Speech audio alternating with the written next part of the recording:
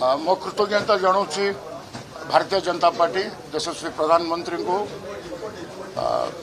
राष्ट्रीय अध्यक्ष नितिन नवीन जी को एवं प्रदेश अध्यक्ष मनमोहन सामल जी एवं आमर लोकप्रिय मुख्यमंत्री मोहन माझी जी को मु आगे मो कृतज्ञता ज्ञापन करुच्ची।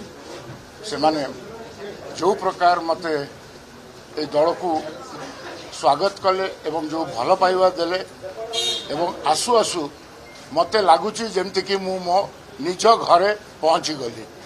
तेणु बहुत एमएलए माने आज आसछंती, चीफ व्हिप आमर पार्लियामेंट्री अफेयर्स मिनिस्टर अनेक मोर बंधु एमएलए समस्ते आज उपस्थित रही। मोर ये नामांकन पत्र दाखल कला बेले तांकु मध्य मो अंतरु मु मोर कृतज्ञता जनाऊँगी। दलर समस्त बीजेपी सभ्य जो माने मते स्वागत करछंती एवं एही प्रकार सम्मान सह मते आज ताक दल को नहीं पुनर्बार राज्यसभा को मते पठेइछंती। मु समस्त पाखरे एवं प्रभु जगन्नाथ पाखरे कृतज्ञ।